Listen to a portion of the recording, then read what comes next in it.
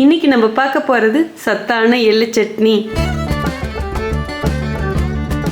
ரொம்ப ஈஸி, ஆனா பயங்கர டேஸ்டா இருக்கும். கமகமன்னு சூப்பர் வாசனையா இருக்கு அந்த எள்ளோடைய வாசனை. சூப்பரா மணக்க நம்ம எள்ளு சட்னி ரெடி ஆயிடுச்சு. இட்லி தோசைக்கும் இதை வச்சு சாப்பிடலாம், சப்பாத்தி கூட வச்சு சாப்பிடலாம். வயசானவங்களுக்கு குழந்தைங்களுக்குலாம் இது கண்டிப்பா கொடுங்க, எலும்புக்கு ரொம்ப நல்லது. Hi friends, welcome to cook with Sangeetha. இன்னைக்கு நம்ம பார்க்க போறது டிஃபனுக்குலாம் வச்சு சாப்பிட்ற மாதிரியான ஹெல்த்தியான ரெசிபி செஞ்சு காட்ட போறேன். ஆமாங்க, எள்ளு சட்னி தான் செஞ்சு காட்ட போறேன். ரொம்ப ஈஸி, ஆனா பயங்கர டேஸ்டா இருக்கும். ஸோ சின்னவங்கல இருந்து பெரியவங்க வரைக்கும் ருசிச்சு சாப்பிட்ற மாதிரி இந்த எள்ளு சட்னி செஞ்சு காட்ட போறேன். நம்ம சேனலை யாரெல்லாம் என்ன சப்ஸ்கிரைப் பண்ணலையோ சப்ஸ்கிரைப் பண்ணுங்க ப்ளீஸ். கீழே இருக்கிற பெல் பட்டன்ல மறக்காம ஆள் கொடுங்க, அப்பதான் நான் போற வீடியோ உங்களுக்கு உடனே வரும். வாங்க இப்போ எப்படி செய்யறதுன்னு பார்க்கலாம். எள்ளு சட்னி செய்யறதுக்கு ஸ்டவ் ஆன் பண்ணி ஒரு பாத்திரம் வச்சுட்டுங்க. இப்போ அடுப்பு நாள் மீடியமாக வச்சுக்கோங்க. தேவையானதெல்லாம் இப்போ நம்ம வறுத்துக்கலாம். ஒரு கைப்பிடி எள்ளு எடுத்து வச்சுருக்கேன், அதையும் இதிலே போட்டுக்கலாம். எள்ளு நீங்கள் கூடி குறைச்சி போட்டுக்கலாங்க, உங்கள் விருப்பம்தான். நான் எடுத்துருக்கிற எள்ளு கருப்பெல்லாம் க்ளீன் பண்ணிவிட்டு எடுத்திருக்கேன். ஸோ உங்கள்கிட்ட இருந்தால் இந்த கருப்பெல்லு யூஸ் பண்ணுங்கள், அப்படி இல்லைன்னா நீங்கள் வெள்ளை எள்ளையும் யூஸ் பண்ணலாம். அதே மாதிரி எள்ளு வச்சு நான் இன்றைக்கி இந்த சட்னி பண்ணுறேன். நீங்கள் எள்ளுக்கு பதிலாக சேம் இதே மெத்தட்லேயே வேர்க்கடலை வச்சும் பண்ணலாம். இப்போ அப்படியே கிளறி கொடுங்க. இந்த எள்ளு நல்லா பொரிஞ்சு அப்படியே உப்பி வரும், அது வரைக்கும் கம்மியான தீயில வச்சு அப்படியே வறுத்துக்கலாங்க. பாருங்கள், எள்ளுலாம் நல்லா உப்பிடுச்சு, வாசமும் வருது. இந்த அளவுக்கு வறுத்தா போதும். இப்போ இது உடனே வேற ஒரு பிளேட்டில் கொட்டிடலாம். இது அப்படியே ஆறட்டும். அதே பாத்திரத்துலேயே மீதி தேவையானதும் வறுத்துக்கலாங்க. இப்போ இதில் கொஞ்சமாக எண்ணெய் விட்டுக்கலாம். 1 டீஸ்பூன் உளுத்தம்பருப்பு போட்டுக்கலாம். அடுப்பணல் இப்போ கம்மியாக வச்சுடுங்க. 10 பல்லு பூண்டு எடுத்து வச்சுருக்கேன், அதுவும் இதிலே போட்டுடலாம். சின்னதாக ஒரு துண்டு இஞ்சி கட் பண்ணி வச்சுருக்கேன், அதுவும் இதிலே போட்டுடலாம். காரத்துக்கு ஏற்ப காஞ்ச மிளகாய் எடுத்து வச்சுருக்கேன், அதுவும் இதிலே போட்டுடலாம். காரம் நீங்கள் உங்களுக்கு தகுந்த மாதிரி போட்டுக்கோங்க. நான் காஷ்மீர் மிளகாய் போட்டிருக்கேன், அப்போ தான் நல்லா கலர் வரும்னு சொல்லிட்டு. உங்ககிட்ட காஷ்மீர் மிளகாய் இல்லைன்னா நீங்கள் நார்மல் காஞ்ச மிளகாயும் போட்டுக்கலாம். இதிலே 1/2 டீஸ்பூன் ஜீரகமும் போட்டுக்கலாம். இப்போ எல்லாத்தையும் ஒன்று சேர்த்து கலரி கொடுங்க. அடுப்பணல் கம்மியாக வச்சுட்டு இதெல்லாம் செவக்கிற வரைக்கும் வதக்கலாம். அதே மாதிரி காஷ்மீர் மிளகாய் பார்த்திங்கன்னா ரொம்ப காரம் கொடுக்காது, ஸோ அதனால தான் நான் கொஞ்சம் அதிகமாக போட்டிருக்கேன். இது வதங்கிட்டு இருக்கும்போது இதுலேயே சின்னதாக ஒரு துண்டு புளி போட்டுக்கலாம், கொஞ்சமாக கருவேப்பிலையும் போட்டுக்கலாம். இதோடையே ஒரு கைப்பிடி தேங்காய் எடுத்து வச்சுருக்கேன், அதுவும் இதிலே போட்டுக்கலாம். இப்போ எல்லாத்தையும் சேர்த்து கலரி கொடுங்க. இந்த தேங்காய் சூடேற வரைக்கும் வதக்கிக்கோங்க போதும், ஏன்னா இது நம்ம லஞ்ச் பாக்ஸ் ரெசிபி கூட கொடுத்து விடலாம். ஸோ அப்போ லேசாக சூடேறிடுச்சுன்னா லஞ்சுக்கு நம்ம சாப்பிட்றதுக்குள்ளே இந்த சட்னி கெட்டு போகாது. நீங்கள் இந்த சட்னியை ஃப்ரிட்ஜில் வச்சிங்கன்னா 2 நாள் வச்சு கூட யூஸ் பண்ணிக்கலாம். தேங்காயும் நல்லா சூடேறிடுச்சு, இந்த அளவுக்கு வதக்கினா போதுங்க. இப்போ ஸ்டவ் ஆஃப் பண்ணிவிடுங்க. இப்போ இதையும் ஒரு பிளேட்டில் கொட்டிடலாம். இப்போ இதெல்லாம் ஆற வச்சு மிக்ஸி ஜாரில் போட்டு எடுத்துகிட்டு வந்துடுறேங்க. எல்லாம் ஆறுனதுக்கப்புறம் மிக்ஸி ஜாரில் போட்டாச்சுங்க. இப்போ இதுக்கு தேவையான அளவு உப்பு போட்டுக்கலாம். இது அரைக்கிறதுக்கு தேவையான அளவு தண்ணி ஊற்றிக்கலாங்க. இந்த சட்னியை நல்லா கட்டியாகவும் அரைக்கலாம், இல்லை தண்ணி மாதிரி வேணாலும் அரைக்கலாம், நம்ம விருப்பம்தான். இப்போ மெயினாக செய்கிறது பார்த்திங்கன்னா லஞ்ச் பாக்ஸ் ரெசிப்பியாக செய்கிறோம்.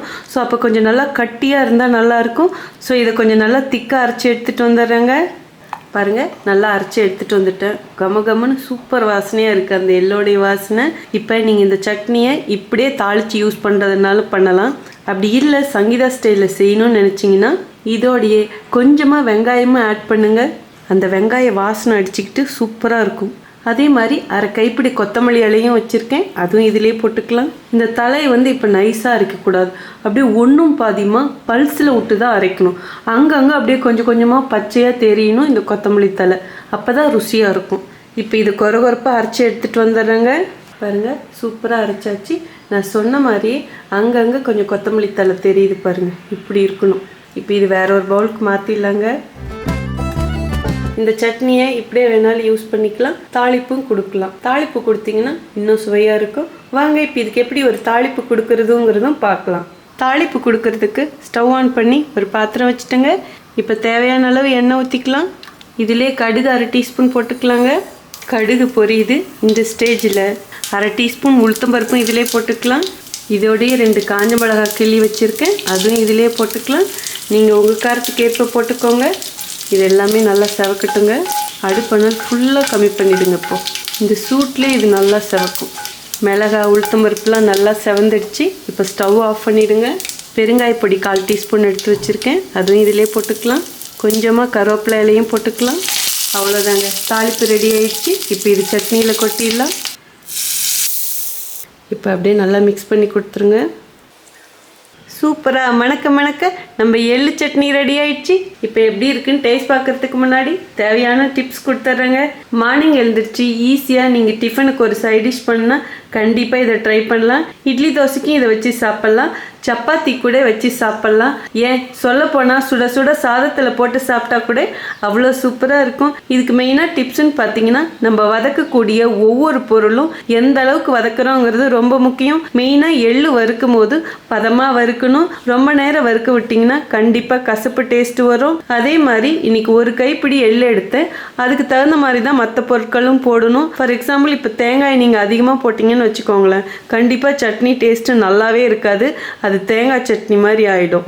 அதே மாதிரி இதில் பூண்டு போட்டிருக்கோம், பெருங்காயம் போட்டிருக்கோம், லாஸ்ட்டாக பார்த்தீங்கன்னா வெங்காயம் போட்டு கொரகொரப்பாக அரைச்சிருக்கோம். இது எல்லாமே இதுக்கு ஒரு நல்ல டேஸ்ட்டு கொடுக்கும். நான் முன்னாடியே சொன்ன மாதிரி கண்டிப்பாக நீங்கள் லஞ்ச் பாக்ஸ் ரெசிபிக்கு இதை ட்ரை பண்ணலாம். அதாவது இட்லி யாரெல்லாம் லஞ்சுக்கு எடுத்துகிட்டு போகணும்னு நினைக்கிறீங்களோ அவங்களுக்கு கண்டிப்பாக இது ரொம்ப பிடிக்கும். ரொம்ப சுவையாக இருக்கும், அதாவது நாக்குக்கு உணக்கையாக இருக்கும். அதே மாதிரி பார்த்தீங்கன்னா இரும்பு சத்து, நார் சத்து, கால்சியம் சத்து இப்படி சொல்லிக்கிட்டே போகலாம். இதில் அவ்வளோ சத்து இருக்குது, எலும்புக்கு ரொம்ப ரொம்ப நல்லது. ஸோ கண்டிப்பாக நீங்களும் இதே மாதிரி ட்ரை பண்ணிவிட்டு எப்படி இருக்குன்னு சொல்லிட்டு கமெண்ட் பாக்ஸில் சொல்லுங்கள். நான் சொன்ன அளவுகளோடையும் டிப்ஸ்களோடையும் இப்போ எப்படி இருக்குன்னு டேஸ்ட் பார்த்தலாம். சூப்பராக இருக்கா. அந்த உளுத்தம்பருப்போடைய க்ரன்ச்னஸ் தெரியுது. அதே மாதிரி எள்ளோடைய வாசனை சும்மா அமக்கலமாக இருக்கு. அந்த தேங்காய், வெங்காயம், பூண்டு, பெருங்காயம், கடுகோட மனம் அப்பப்போ சும்மா அப்படி இருக்குது. மஸ்ட்டு ட்ரைன்னு சொல்லுவேன். ஸோ கண்டிப்பாக நீங்களும் இதே மாதிரியே செய்யுங்க. ஸோ உங்களுக்கு இந்த ரெசிபி பிடிச்சதுன்னா ப்ளீஸ் மறக்காமல் ஃபஸ்ட்டு ஒரு லைக் கொடுத்துருங்க. ரொம்ப பிடிச்சதுன்னா உங்கள் ஃப்ரெண்ட்ஸ் அண்ட் ஃபேமிலிக்கு ஷேர் பண்ணுங்கள். நீங்கள் இது வரைக்கும் எனக்கு கொடுத்துட்ருக்க அன்புக்கும் ஆதரவுக்கும் ரொம்ப நன்றி. உங்களுக்கு என்ன ரெசிபி வேணுமோ ப்ளீஸ் அதுவும் கமெண்ட் பாக்ஸில் சொல்லுங்கள். இதே மாதிரி அடுத்த ஒரு ஸ்பெஷல் வீடியோவில் சந்திக்கிறதுக்கு முன்னாடி ஒரு ஹம்பிள் ரிக்வெஸ்ட் இருக்குது. ஃபேஸ்புக்லேயும் நமக்கு குக் வித் சங்கீதா பேஜஸ் இருக்குது. ப்ளீஸ் அப்படியே லைக் பண்ணி ஃபாலோ பண்ணிக்கோங்க. ஸோ அடுத்த ஒரு ஸ்பெஷல் வீடியோவில் உங்களை சந்திக்கிறேன். Until then, see you. Bye-bye. Love you all.